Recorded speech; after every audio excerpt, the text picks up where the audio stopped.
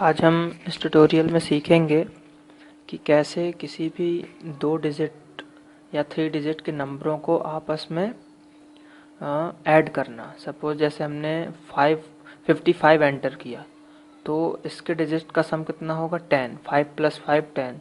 तो इस टाइप के प्रॉब्लम्स को हम कैसे सॉल्व करेंगे C++ की प्रोग्रामिंग के थ्रू, वो आज हम सीखेंगे। तो सबसे पहले हम हेडर फाइल इनपुट करेंगे।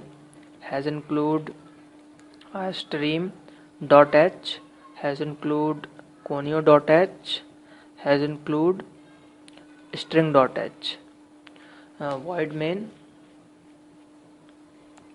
int n equal to 0, n को इनिशलाइज कर दिया हमने 0 से ताकि वो कोई गारवेज वैल्यू ना ले। r इक्वल टू 0 और सम इक्वल टू 0। तो n यहाँ पे n का मतलब है नंबर, r का मतलब है रिवर्स और सम का मतलब है सम, एडिशन। CLR SCR ये हमारे कंसोल को क्लियर करेगा। सी आउट एंटर द नंबर, तो ये मैसेज सी आउट फंक्शन हमारे कंसोल पे प्रिंट करेगा और इस मैसेज के थ्रू हम यूज़र को ये बताएंगे कि आपको कोई यहाँ पे कोई नंबर एंटर करना है। C/N हमने ये C/N कराया, मतलब जो भी यूज़र नंबर एंटर कराएगा वो n में स्टोर हो जाएगा। वाइल कंडीशन में हमने लगाई n इज़ ग्रेटर देन 0। तो जब तक n की वैल्यू ग्रेटर देन 0 रहेगी तो हमेशा मतलब वाइल लूप चलता रहेगा जब तक कि n की वैल्यू 1 से बिलो ना हो जाए। r equal to n modulus 10, तो यहाँ पे जो भी n की वैल्यू रहेगी उसका जो भी शेष बचेगा वो r में स्टोर हो जाएगा। मतलब मॉडुलस जो भी बचेगा वो r में, रिमाइंडर जो बचेगा उसका जो रिमाइंडर आएगा इसका मतलब n मॉडुल वो 10 जब करेंगे हम तो जो इसका रिमाइंडर बचेगा वो हम r में स्टोर करा लेंगे। उसके बाद सी आउट हम करा रहे हैं r को, ताकि इससे हमको ये पता चल जाए कि r मतलब रिमाइंडर में उसने क्या स्टोर किया था। फिर हम sum equal to sum plus r करा रहे हैं, क्योंकि जो भी वैल्यू आएगी r में तो उसको सम में जोड़ देंगे। मतलब और सम की वैल्यू हमने अभी इनिशलाइज की है 0 से। फिर हम सी आउट सम को भी सी आउट करा लेंगे ताकि हमें ये पता चले सम में अभी क्या वैल्यू है। फिर n डिवाइड बाई 10, अब n की जो वैल्यू है उसको हम डिवाइड करेंगे 10 से। तो डिवाइड करने के बाद जो भी वैल्यू आएगी तो वो n में स्टोर हो जाएगी। तो हम n को भी यहाँ पे प्रिंट करा लेंगे कि n में हमारे पास कौन सी वैल्यू अभी प्रेजेंट में है। अब हम सी आउट कराएंगे सम of digit is.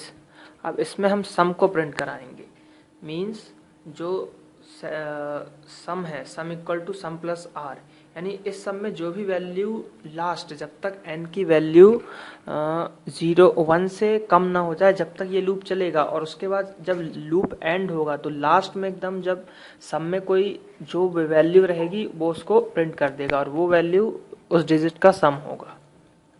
Gate ch ये हमारे स्क्रीन को होल्ड करके रखेगा। अब हम इस प्रोग्राम को कंपाइल करते हैं। कंपाइल किया हमने, कोई एरर नहीं आई। अब हम इसको रन कराते हैं। जैसे मैं 55 डालता हूँ तो 55 डालने पे ये देखिए, जब 55 डाला तो जब 55 को डिवाइड किया गया 10 से तो हमारे पास रिमाइंडर 5 बचा, तो r की वैल्यू 5 शो हो गई। फिर sum equal to sum plus r था तो सम की वैल्यू 0 थी तो 0 + 5 इक्वल टू 5। फिर जब 55 डिवाइड बाई 10 करेंगे तो हमारे पास आएगा 5.5, बट यहाँ पे n जो है इंटीजर टाइप का है तो वो 0.5 को नहीं लेगा, ओनली 5 को लेगा, क्योंकि वो 0.5 फ्लोटिंग वैल्यू हो गई तो सिर्फ वो 5 को ही कंटेन करेगा।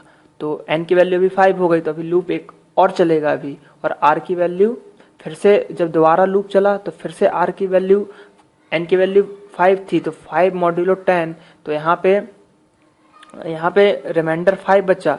जब रिमाइंडर 5 बचा फिर क्या हुआ, सम की वैल्यू अपने पास 5 थी तो 5 + 5 10 हो गया। और अब जब 10 डिवाइड बाई 10 होगा तो क्या हो जाएगा, रिमाइंडर अपने पास 0 बचेगा। तो जो सम में वैल्यू आई वो हो गया सम ऑफ डिजिट 10, मतलब 5 + 5 कितना हुआ 10।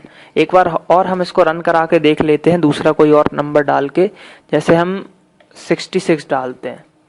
तो अब इसमें क्या हुआ कि जब 66 को 10 से डिवाइड किया तो 6 रिमाइंडर बचा, फिर से सम में 6 आ गया, n की वैल्यू 6 हो गई, फिर रिमाइंडर 6 बचा, और जब 6 + 6 हुआ तो 12 हो गया।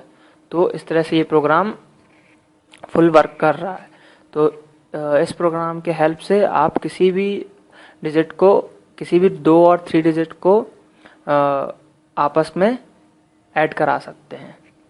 Thank you.